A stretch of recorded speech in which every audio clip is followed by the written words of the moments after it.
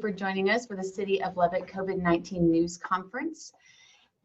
We thank you for joining us. It has been a while. So today we have updates from the Health Department, Local Health Authority, and City leadership. Today's panelists are Director of Public Health, Catherine Wells, Public Health Authority, Dr. Ron Cook, Council Member Latrell Joy of District 6, Director of Emergency Management, Joe Mowdy, and Mayor Dan Pope. So let's get started with Catherine Wells. Good day, everybody, and it's good to have everybody join us. The COVID-19 numbers in our community continue to climb. On average, over the last week, we have diagnosed 450 new cases of COVID per day. This is too much for a community our size. There are now 5,285 active cases in our community, and we have lost 283 members to this virus. And there are also countless others suffering long-term side effects. Over the last couple of weeks, I've had to sign condolence cards, even among our staff here at the health department. Some of them have lost loved ones. They've been tirelessly working on controlling the spread of this virus, and it has hurt them personally. We all know what must be done. It's not easy, it's not fun, it's not popular, but we all must make sacrifices so that we can have our loved ones at our holiday tables next year. I've talked about this before, but it's so important that we all follow this public health guidance until we have a vaccine available. Remember, wash your hands. Make sure you keep physically separated. That means 6 feet away. Also wear your mask. We're seeing more and more data out there showing the benefits of mask wearing, both for the person wearing the mask and somebody that you encounter. Make sure you follow the guidelines on quarantine and isolation. If you've had a high-risk exposure and have been asked to stay home for those 14 days.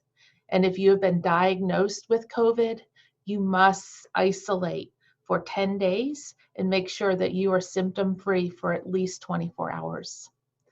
And if you think you've been exposed, we have plenty of testing options available here in the community, so there should be no excuses to being tested. The Texas Department of Emergency Management has 3 sites available. That's at Rogers Park, at the Texas Tech Museum, and also at the Larry Combest Center parking lot. So there should be no excuses for getting tested. And if you need help finding a testing site, please call us at the Health Department, 806-775-2933. And with that, I will pass it over to Dr. Cook. Thank you, Catherine. Today, what you're going to hear from us is at least one, we're in trouble. Good citizens, the city of Lubbock is in trouble and our community is in trouble. The second theme here is we have to do something different than what we're doing now. Right now, our hospitals are full. As of last night, we have 12 patients that are holding in the emergency rooms at Covenant UMC that have no bed in the hospital to go to as of last night. For every, and you just heard, pardon me, you heard Catherine say about 450 positive new cases every day. I have reference materials that tells me about for every 1,000 patient or 1,000 positive tests, about 11 additional beds are needed for the hospitals. So people have to leave to get those beds at 1,000 tests per day, 11 or 1,000 positives per day. So we're in trouble. We've set up field hospitals both at UMC and at Covenant. We've received extra staff and personnel from the state. Mind you, that's only temporary people. Our frontline staff have worked hard from the very beginning of this crisis, since late February, early March, and especially since the 1st of September. Our numbers have skyrocketed. Since the 1st of September, we have 7 times the number of patients, COVID patients in the hospital at this very moment than what we had just a couple of months ago. Many of our coworkers and frontline people have had little time off or no time off. They're diligent, hardworking experts, but they are tired. The other thing that we've done to give you a better picture of what our hospital numbers look like in the city is, let me refer you back to the dashboard. What we've created there is the open number of beds that we have between Covenant and UMC. We also include in there those open number of beds, but it also has how many patients that are admitted that don't have beds. Those are patients that are on hold or being housed in the emergency room until they get to the floor. Now, emergency room care is excellent care, but it's not ICU care and it's not floor care. It's emergency department care, which is excellent care, but it's not the same thing as being in the ICU or up on the floor. So I want you to go look at that website in that dashboard, and it gives you a much better picture of where we are. Right now, Covenant and UMC, 50%, roughly 50% of their total number of patients in their respective hospitals are COVID patients. We've got to do something different. We've got to do something different. This Thanksgiving needs to be different. It must look different. We've got to stop the spread of the virus, and most viral spread is in small groups, especially small tight groups, not wearing masks and usually around food. The CDC and what I recommend is that we have no groups larger than 10. And if you are in a group large at 10 or less, make sure that you isolate to your family unit, to those people that are in who live under your roof. Okay? So, and only sit next to those people. Make sure that you wear a mask unless you're eating, and try to make the group size small and make it as brief as possible. We've got to slow down this virus. And remember, I talked early on about flattening the curve, and above the curve is where the hospital can't handle the capacity. We're way above that now. We got to get back under the curve. And the way we do that is we wear a mask, we socially distance, we keep our groups less than 10, and we wash our hands. We can do this. We've got to slow this virus down. Make sure your Thanksgiving looks different this year and the following holidays until we get this under control. Nothing shows that you care more for others than wearing a mask and socially distancing. That's all that I have. Let me hand this off to Joe Mowdy. Thank you. Thank you, Dr. Cook. I'd like to thank the state of Texas and their partners, BCFS, for the quick deployment and the logistics involved. It took about 2 weeks to 2.5 weeks from the time that we requested the mobile medical tents to the time that they're operational. They've sent staff and equipment from across the state to help provide those resources to Lubbock. In total, the state of Texas, through their contractors, have provided approximately 350 staff to assist the hospitals, medical facilities in Lubbock needing staff. Those requests are not filled overnight. It takes approximately 10 days to 14 days before we receive those staff members. Right now, 82 of those staff are dedicated just to the mobile medical tents utilized outside those hospitals. Now, this pool of staff is coming from contractors that also provide staff to El Paso, Amarillo, and other regions across Texas, and they are running short on staff members. They work 6 days a week, 12-hour shifts a day, and they're here for about 2 weeks before they have to rotate out and rotate in a new staff person to take over for that shift. So staffing has been critically impacted in our area. Luckily, we do have some facilities that, as their staffing needs have recovered and as their staff is reported back to work from quarantine or exposures, they are able to release those state staffing resources for other facilities to use. Thank you to those staff that have come into our area to assist in our need. At This time I'll turn it over to Councilmember Latrell Joy.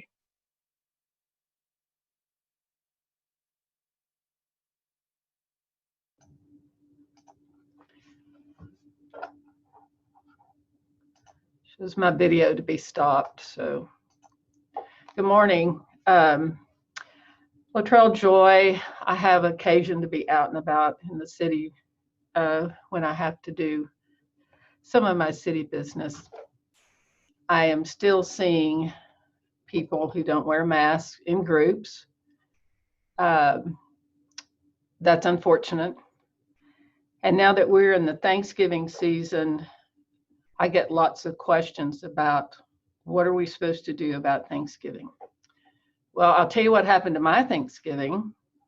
My Thanksgiving has been disrupted because my oldest grandson is a senior at Tarleton State University in Stephenville. He and his 3 roommates are quarantined because one of his roommates has COVID. So he won't be with us for Thanksgiving. It would be real easy for him to hop in the car and come down and want to spend time with us, but that decision's been made. He is going to follow those quarantine orders and he'll miss Thanksgiving. So what do you do on Thanksgiving? Well, Dr. Cook has already said you can celebrate with members of your household, people that you've been around and you know their situation. You can do that. You can Snapchat, you can Facebook. There are lots of ways to communicate with family during this period of time. Decorate your house for Christmas. The people that are there can help you. Put up your Christmas lights, do some things like that, but do it with members of your household. You can hold a virtual gathering if you choose with your friends and family. And, we could prepare some of our traditional recipes and drop those off at the doorstep of someone who can't get out and hasn't gotten out, particularly some of our elderly people who have been basically in their homes since March, and they don't get out because they're afraid and they're scared. So do something for somebody else, but don't do it on a one-to-one basis. You can even watch holiday movies. There are a lot of things that you can do over Thanksgiving to be with your immediate family and friends. I had a call yesterday from someone who said, my dad wants to have everybody into Lubbock for Thanksgiving. And when she said everybody, she was talking about people from Kansas and other states. First of all, why would you want to come to Lubbock right now? We're a hot spot. Doesn't make a lot of sense to me, but we just can't do that. Maybe we can do that next year, but this year we cannot. We cannot do that. That is not safe, and we should not do that. We've got to avoid those large groups where we don't know where people have been. And so if you'll keep it close to home with the people that you know, then perhaps we can make this work. We cannot forget the elderly people who have been in their homes and no place to go for long periods of time. So let's don't go out and make this any worse. Let's try to flatten that curve, and let's be good citizens and good parents and good family members, and let's adhere to all the guidelines that the health department and Dr. Cook have provided. Thank you. Mayor, are you ready? Yes, ma'am. Thank you, Council Member. Good morning, everyone. I want to start by sharing some data. If you let me, I'm going to share my screen real quick.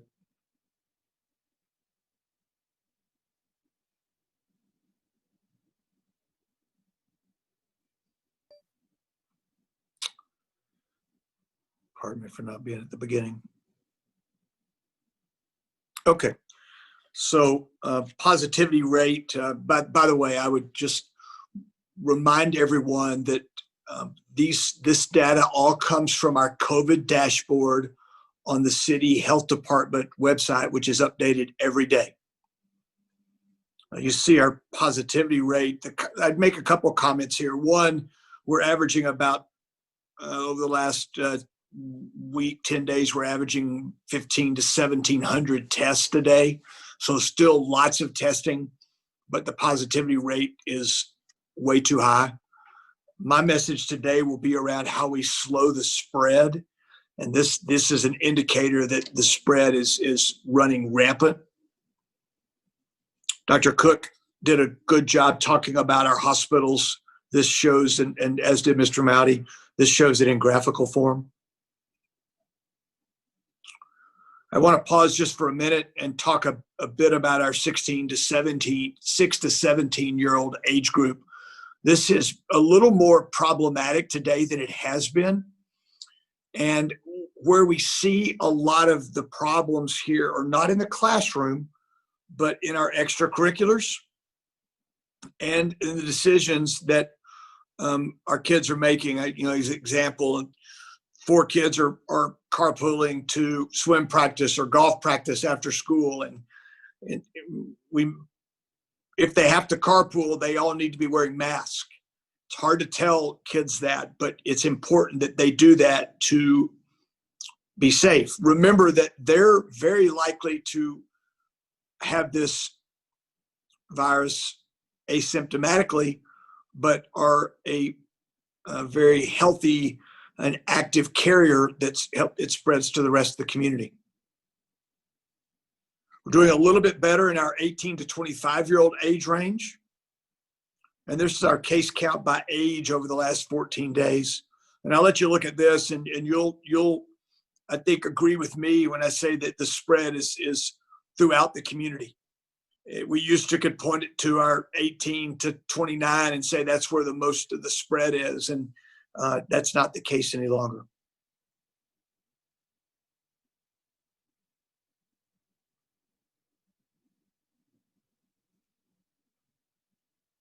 Okay, so let me make a few comments about what our approach is going forward as we work on limiting the spread. We're working on public facilities and large indoor gathering areas. The city manager will be announcing before the end of the week that we will be closing our large facilities and our athletic facilities through the end of the year. We will also take our council meetings as well as all city boards and commission meetings virtual through the end of the year. We're working closely with Texas Tech. We like the approach they've taken to, in essence, give kids and the community an 8-week break between Thanksgiving and January 20th when they go back to school. They'll be implementing the same kind of move-in protocols that they did in the fall and trying to do things safely. We're in near constant communication with them. We'll be talking to our school districts more about how we can work with them to limit spread in indoor areas where we might gather to watch our kids play sports or hear them sing or play their musical instrument. We also are having very good success working with folks like Apex and Premier, those indoor athletic venues where our kids play volleyball and basketball. They are good partners and they work closely with our folks, and they will be continuing to implement mandatory mask ordinances requirements inside their facilities. We're, as you speak, working on arranging a meeting with our big box retailers via Zoom later this week. We will be asking them to self-impose some occupancy limits lower than what the state has put in place. We want all of them to be as good a citizen as Costco is. You can't go into Costco without your mask on. You can't shop in Costco without your mask on. We can do better. The state regulatory agencies have been good partners. 3 of our bars have been shut down because they can't follow the rules. It's important for you to know that they will be back in Lubbock this weekend working with us, both in the city and in the county. We will work on these folks that can't follow the rules. The spread, our contract tracing shows that many of our positive cases, including, unfortunately, at least 1 death, are from people who have been in multiple bars or entertainment venues. Often some of those who have a hard time following the rules, both inside the city and outside the city. We will continue to enforce the governor's order. That is what we are operating under today. We talked to the governor's office yesterday. We're in close contact with them, and they've been a very good partner. So let me conclude by sharing 5 quick things. First of all, I want to share my empathy to the families that have lost loved ones and are dealing with COVID today. You, like me, know these people. There are church members, there are neighbors, they're the people we do business with.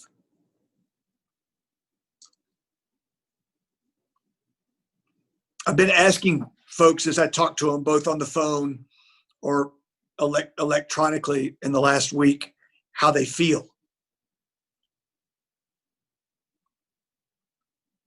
I hear them say they're scared, they're sad, they're angry or mad.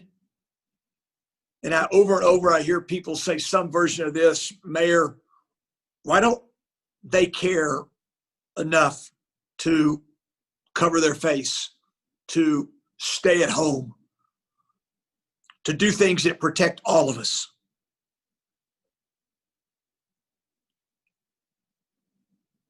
You know, my answer to that is that we can slow the spread. It's a matter of choice. We've got to do things differently. We need to shop local, but we need to do it online. I mean, our restaurants have become fabulous at curbside pickup and using delivery, whether it's their delivery or Uber Eats or DoorDash. Even old guys like me have figured out how to use those apps. Don't take your kids to the grocery store. Don't take them to Home Depot. Take them to the park. Send one family member, if you are in a situation where you're single mom and dad, find a safe way for your kids to be watched while you go to the store. Or more, maybe even better, order your groceries and have them delivered to you. Schedule virtual meetings with your friends and families. Have your virtual cocktail hour.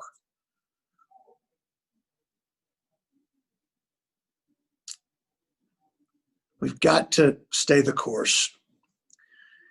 We've got to remain disciplined and patient. There is good news in the future. The Pfizer and Moderna vaccines both have efficacy rates well over 90%.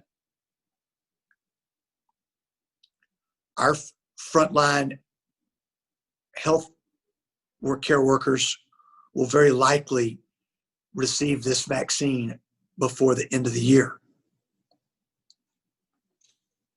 It will be quite a bit, though, into 2021 before the rest of us will be able to have the vaccine.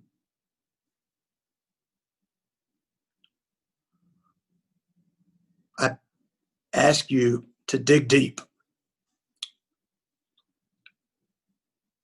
to do what's right for yourself, for the people you love, and for your neighbor. Please stay safe, be kind, and be hopeful. Lacey, back to you.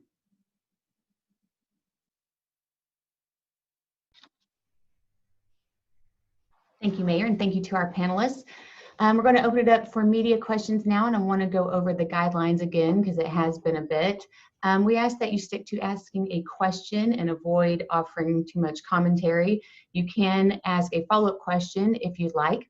And today's media order is Matthew Stell from KMAC, Brittany Michelson from Fox 34, Karen McKay with KCBD, Olga Guerrero from El Editor, Adon Rubio from the Daily Toreador, Sarah Self-Walbrick from Texas Tech Public Media, Adam Young with the Avalanche Journal, Alyssa Tellez from KLBK, and Christy Martinez Garcia from Latino Lubbock. So let's start with Matthew Stell. Thank you so much, Lacey. First question is for Mayor Pope. Mayor, good to see you again. Let's talk about masks. And it's something that we heard Councilwoman Latrell Joy mention earlier. She says she's out and about, not seeing people wear masks. The same as for a lot of other folks. We were at City Hall yesterday for the public hearing. Within the chamber, we probably saw about 6 to 7 to 8 people not wearing masks, even within the chamber. Is it something political? Is it just a denial that things just don't exist? Why isn't it you think people just aren't wearing masks? You know, Matthew, I appreciate the question. We had good mask compliance in the chambers last night. Unfortunately, we had to remind people several times of that. As you know, we had a revolving door of people in the chamber, and I can't answer that question. I don't. That escapes me, Matthew. We know in the middle of all this going on, I had 2 emails yesterday from people within our city who claim that masks don't work. Both of them citing science that's now more than 8 months old. But we have to do what we can do, Matthew, and I encourage people to do the right thing. Got it. Second question, this can be for anybody. We've heard talks about the Civic Center being possibly used as an overflow for COVID-19 patients from the hospital. Is that being discussed at the city level, or is that just talk? There's no plans for that at the moment. Got it. Thank you. Thank you, Matthew. Okay, now we have Brittany Michelson with Fox 34.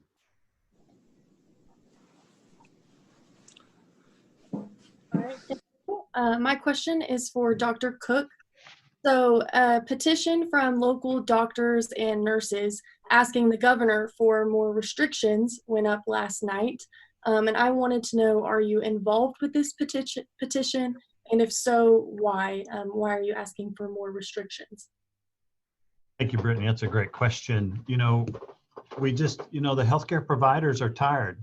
We've got to do something to slow it down. And we don't have any kind of legislation that can forcibly make a penalty to our masking policies. And it's a recommendation, it's mandated, but we can't do much about it. And so we're asking the governor to come in and say, we've got to do something different. We've got to stop this virus. And right now, we don't have access. The vaccine's coming. It's only for frontline workers. It will probably be late spring, maybe early summer before the general public can get full access to the vaccine. So we've got to do something different than what we're doing. And that's the only thing that we have are physical barriers. And that's masking, social distancing, and hand washing, and keeping our group size small. So yeah, I'm aware of it. I was part of it. And so, yeah, we've got to do something different. All right, thank you. Okay, now we have Karen McKay with KCBD.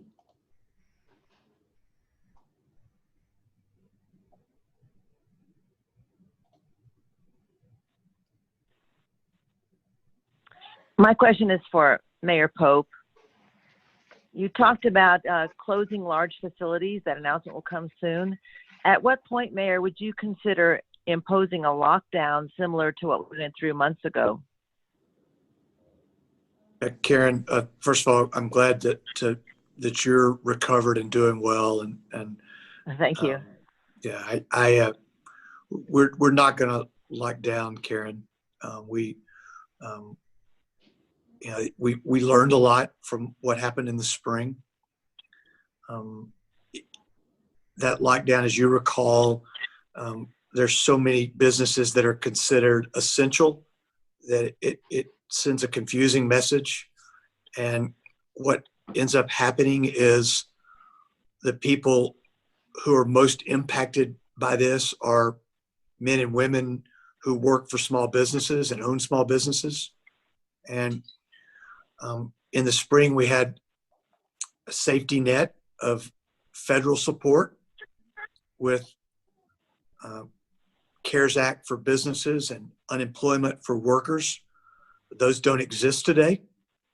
So it is important that we do what I've been talking about and what you hear Dr. Cook talking about and Ms. Wells and Ms. Joy talking about as we slow the spread and safely go about our lives.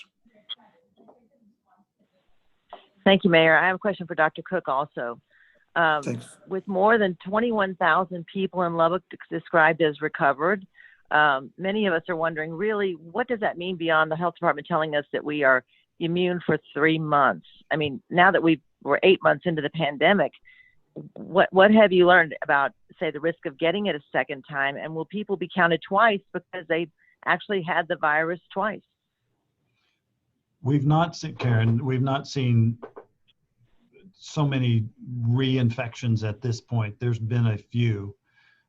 We have a way to identify those if it's truly a second positive in our database. And so right now we don't have very many of those. If any, and I'd have to get with Catherine and see, but there is a possibility. There's an absolute possibility that your antibodies in your bloodstream that help fight off the infection may wane after 90 days or so. So there is great concern. And we don't have a vaccine yet. Now, and let's not put 100% hope that the vaccine's going to save the world, because we don't know in the long term how long our antibodies from the vaccine are going to last. Now, we hope that they're going to last longer than 90 days, but that's the very reason why we have to get a flu shot every year, because the virus mutates a little bit, our antibodies wane a little bit, and so we just don't know. Our hope is that they will last at least 6 months, 9 months, 12 months. But yeah, Karen, after 90 days, maybe sooner, maybe a little later, it also depends on how sick you were, depending on your antibody response is after how sick. If you have a mild disease, you may not have a great number of antibodies against it. If you have a severe disease, your antibodies you may have a higher level of antibodies in your bloodstream that may last a little longer. I would not take any chances. Just because you've had it doesn't mean you should be nonchalant and lackadaisical about your potential exposure to this virus again. Today, you're probably, all right, I wouldn't go any further than that. Thank you. That affects more than 21,000 people, so we appreciate your comments. Thank you, Karen. Now we have Olga Aguero with El Editor. Buenos dias. Hello, everybody. It's good to see everybody back after a great election. A question for, I guess, Catherine. You know, the great news that we've heard is that the vaccine is coming out, which is a blessing that we've all been waiting for, and hopefully it will be. But is there plans already in place for the distribution of this vaccine? And what would you tell those people that are already voicing out of not taking the vaccine because of reasons, you know, but what would you tell those people, and how do y'all plan to encourage? Because if you don't take the vaccine and you carry, you could be systematic. You're spreading the virus. So, well, first one on vaccine distribution. One thing that the health department's always done is provide vaccines. We get 4 or 5, we see 4 or 5,000 children in our health department clinics, and staff's very good about doing outreach events. We have a cold storage, staffing plans, to be able to provide drive-through clinics, set up clinics at schools, community centers throughout our community. So I think we will fall back on those things that we've done well in the past with the health department, bring in a lot more community partners, because it's a lot more people that need to be vaccinated than focusing just on our kids. As far as vaccine hesitancy, it's going to be a struggle, but we need to see the data, the information coming from these drug companies, and really let people review that before they make a decision. That information isn't out yet, and to hear someone already make a decision about whether or not they'll take it or not is concerning. We need to get all that information out there and then help people make the best decision. Mr. Mowdy, Mr. Mowdy, would you talk just a little bit more about distribution? I know we're working pretty closely with the state. Can you add anything to what Ms. Wells had to say? Thank you, Mayor. With the state, the city, as far as emergency management and public health, have both attended statewide exercises and planning meetings for the past 3 months on when a vaccine might happen, how to distribute it, how we're going to reach our community partners to help with that, utilizing our clinics and hospitals and other medical facilities, as well as priority listing of healthcare workers, frontline workers being first, and then affected populations like nursing homes, jails, that type of thing. Thank you, Mr. Mowdy. Okay, my second question is for the mayor and whoever else wants to answer or input it. I believe that after the elections and new administration coming in, I feel that this pandemic is going to be supported, because we're going to have people that actually voice that the concern is and the importance of science. But with that being said, Mayor, you said that you wouldn't close any businesses here, and I understand that, but I also keep in mind the people that are concerned with that, because regardless of the numbers, regardless of the hospital numbers and the deaths and all that, you're saying you won't close it. You wouldn't even consider, or maybe I'm wrong, maybe you would consider maybe mandatory of masks, since you won't consider closing businesses if we don't need to. But why not do monetary, put those masks on those people? I mean, what do you think? Well, first of all, I appreciate you commenting on Mrs. Joy being reelected. I think that's the election you were talking about earlier. So I want to make sure that I thank you for that. No, we cannot and will not do a shutdown, another shutdown. I made that clear. To the degree we can enforce the mask mandate, we will do so. And that's been my answer since the governor's order came out. And that's what it is today, Olga. And, you and I both know that it is a mandate in Texas that requires personal responsibility. And to the degree we can be accountable and take care of ourselves and our neighbor, we'll slow the spread. Thank you. Thanks, Olga. Now we have a Don Rubio with the Daily Toreador. Hello, everyone. I guess really my first question is directed toward Mayor Pope. Recently, Texas Tech released or sent out an email to students regarding tech athletic and December commencement events moving forward with extra health precautions. You mentioned that soon there will be plans to close down larger facilities. So how is the city helping to conduct these tech-related events despite certain facilities and activities being restricted? Yeah, it's a good question, Adon. In fact, President Skovic and I talked about that very memo over the weekend and again on, I guess on Monday morning. And he asked me for input, and We actually talked a bit about it in our public health call on Monday evening. I believe I've not seen the memo. He told me what it would say. I think he explained again the way they plan on doing commencement, which we feel like the commencement event is being planned in an abundantly safe manner. Our only concern about commencement is the parties that happen before and after. I know that they, from an athletic standpoint, are taking men and women's basketball and those indoor events very seriously. And we'll continue to work with them. Remember that Texas Tech, they're our partner, but they make decisions for their faculty, staff, students, and events. All right.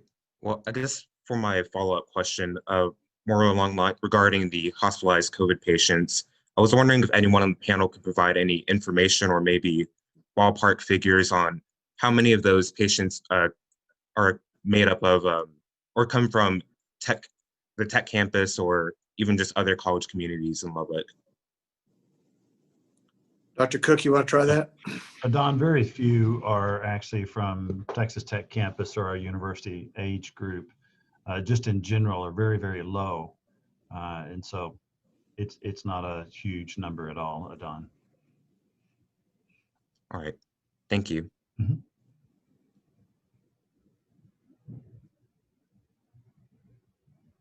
Sorry. Now we have Sarah Self-Walbrick with Texas Tech Public Media. Hi, everyone. My question is for Ms. Wells. I'm interested in contact tracing. Now that the virus is so widespread in our community, how are those efforts going? And what have we learned about how the virus is spreading in Lubbock through contact tracing? I will admit that contact tracing is definitely a challenge. When you start looking at, 3, 4, 5, even 700 cases of, in one day, it is very difficult to get, get a hold of everybody. We have pulled in some additional resources to help the health department make sure that we're getting those phone calls done. Through contact tracing, we've really seen so much of the contact and the spread occurring in those venues or, small groups getting together and spreading that disease. That's why we're pushing concerns about Thanksgiving and bringing individuals together in groups larger than 10, because a lot of times that's where people let their guard down, they take the mask off, and they're able to infect their close friends and family. And then I guess also for Ms. Wells and Dr. Cook probably, I know that there's a lot that adds to this, but as Texas Tech ends in-person classes next week, how could we expect that to affect our current trends? Sarah, I don't think we're going to see a lot of change in our trend because it literally is everywhere in the community. Everybody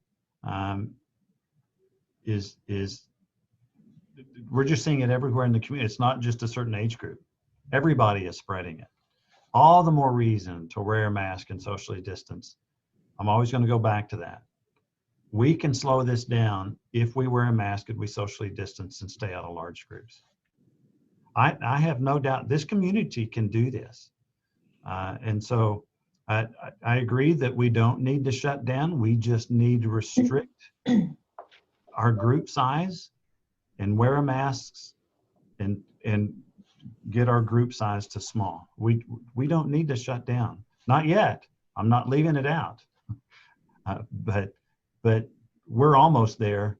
But if we'll do those things, we can slow the spread of this virus until we can get a vaccine.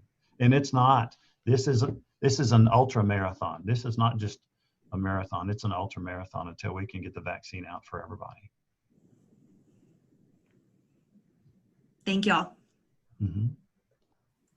Thank you, Sarah. Now we have Adam Young with the Avalanche Journal.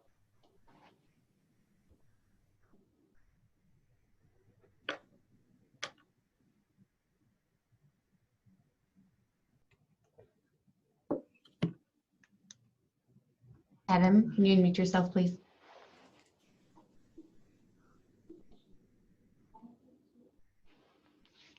Okay, we'll come back to Adam in just a second. Next, we'll go to Alyssa Tiez with KLBK.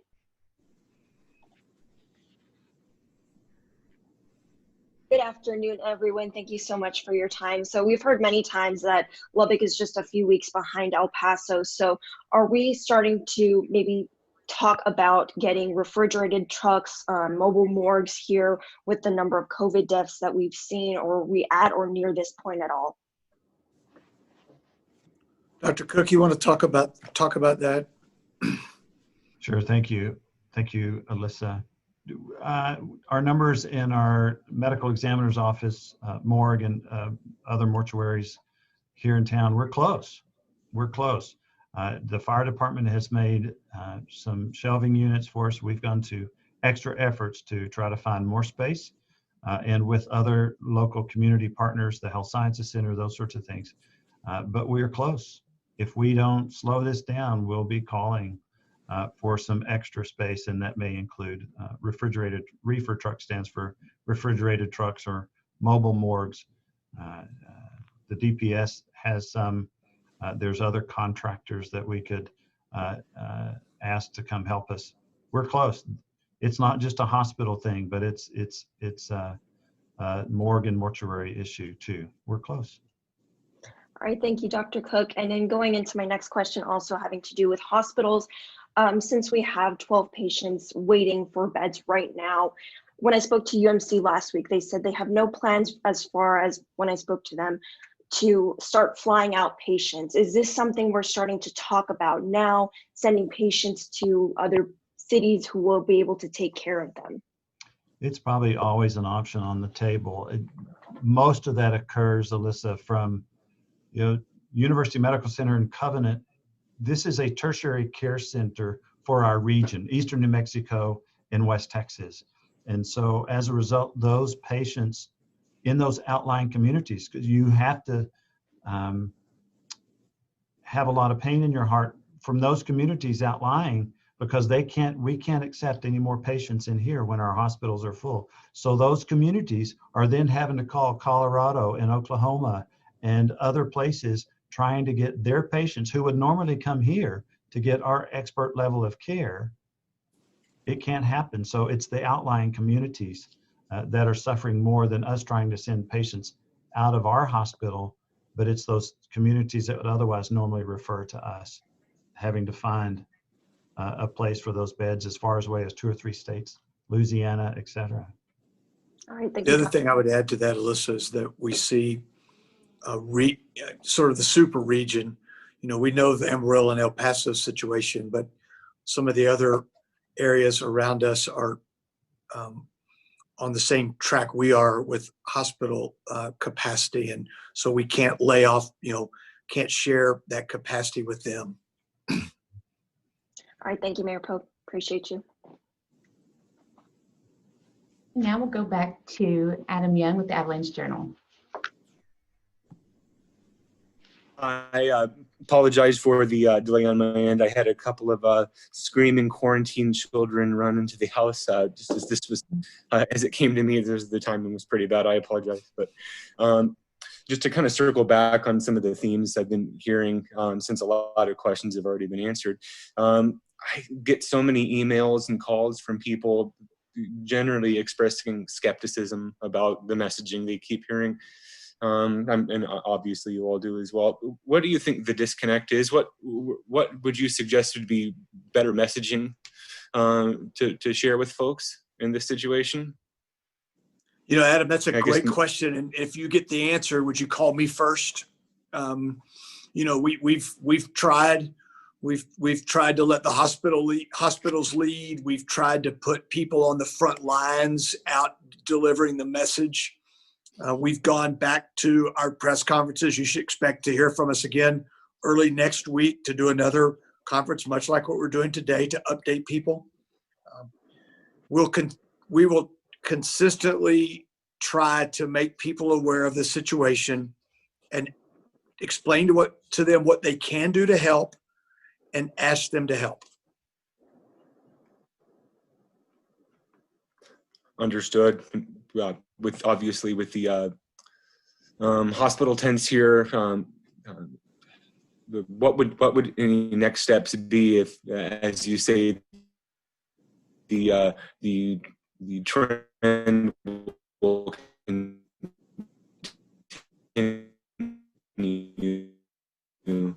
and if there's considerable lack of buy-in, what's the next step? Yeah, so you faded out there on some of that, but I think I can answer what the next step. First and foremost, it's to slow the spread. That's got to be the next step. We'll continue to work with our hospitals. We'll continue to work with the state. We have contingency plans in place, and as needed, we'll roll those out. Thank you. Adam. Okay, now we go to Christy Martinez with Latino Lubbock. Good afternoon, everybody, and congratulations, Mayor Pope and Latrell Joy. Great job. I noticed that Dr. Cook is doing his Movember thing. It's a good look on you, Dr. Cook. Listen, guys, thank you for everything that you have done. I know that it has been tough. And I know that the public often wants to blame those in elected positions and those leading this charge, but we keep talking, or personal responsibility is a big thing. I just had someone say, you might as well order those trucks, refrigerated or freezer trucks, because people aren't going to change. And just kind of in following with what Adam said about personal responsibility and disconnect. Deaths continue to be a very big issue. And, I personally had someone die, and people just are not listening. They want to blame you. How do you handle that? Well, I think we, personally, I handle it with a lot of prayer, by consulting with a team, a good team, some of which are on this very Zoom today. And we, I think, remain steadfast and committed to our messaging. I'd like to kick it to Ms. Joy and let her add on to that. I'm sure she has a perspective that would be valuable to Latrell. The deaths concern me greatly. If you ask anybody around City Hall, they will tell you. We all know people, and some of them close, who have died.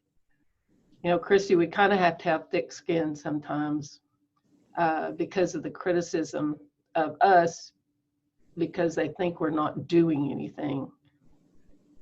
And I take great confidence in the fact that we're doing as much as we can possibly do under the current governor's orders. And we continuously try to find ways to do more, to work around some of the limitations that we have.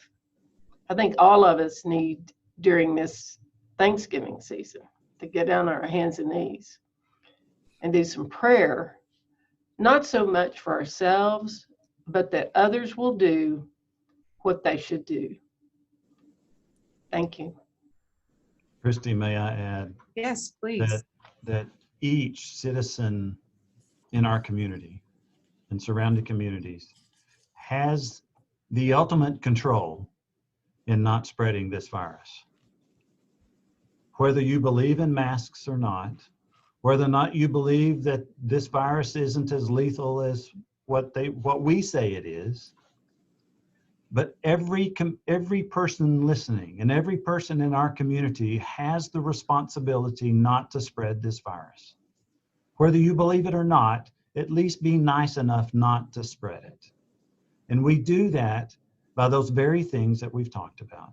You wear a mask, you socially distance, you keep your group size small, and you hand wash until we can get a vaccine that's proven to fix it. But everyone has this responsibility incumbent upon them, and you can choose to do that, or you can choose not to do it.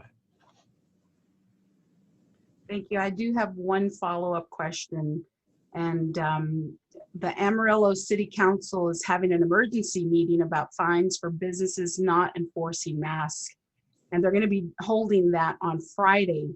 And we still have a lot of the public that's asking, why are we not reducing, if we can't close these businesses, why are we not reducing the number of folks that can come into a restaurant or come into a public place? Would you consider, I know that a lot of times, Mayor, you have worked on following the lead of, or working collectively with other mid-sized cities like ours.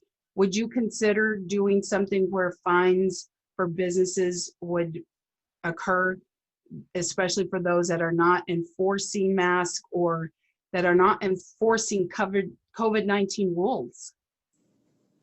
Yeah, so it's a good question. I have not seen what Amarillo is considering. I was told they were going to consider something. I think Midland considered something last night, which failed. Mayor Payton has suggested he may come back with another ordinance. I think Odessa is considering something. I'm reluctant to consider something that puts pressure on business to enforce it. I don't think that's the right lever. I think it should be at an individual level. It's what we've been talking about. I do believe that we vote with our presence and our pocketbooks with businesses.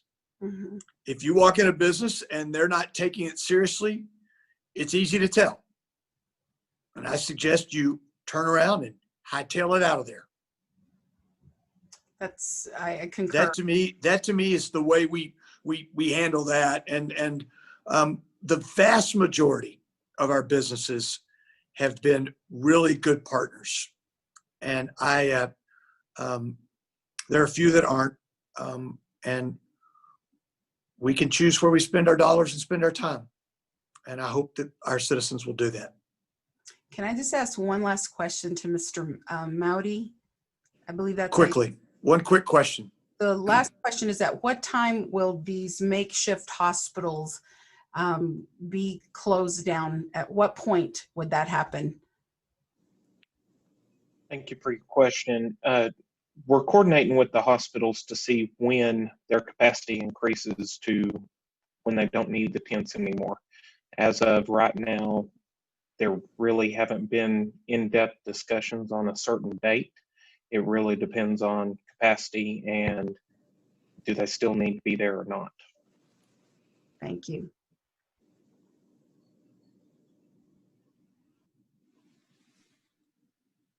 Okay, that concludes all of our questions, and that concludes our news conference. Thank you so much for joining us, and thank you to our interpreters, and thank you to our panelists.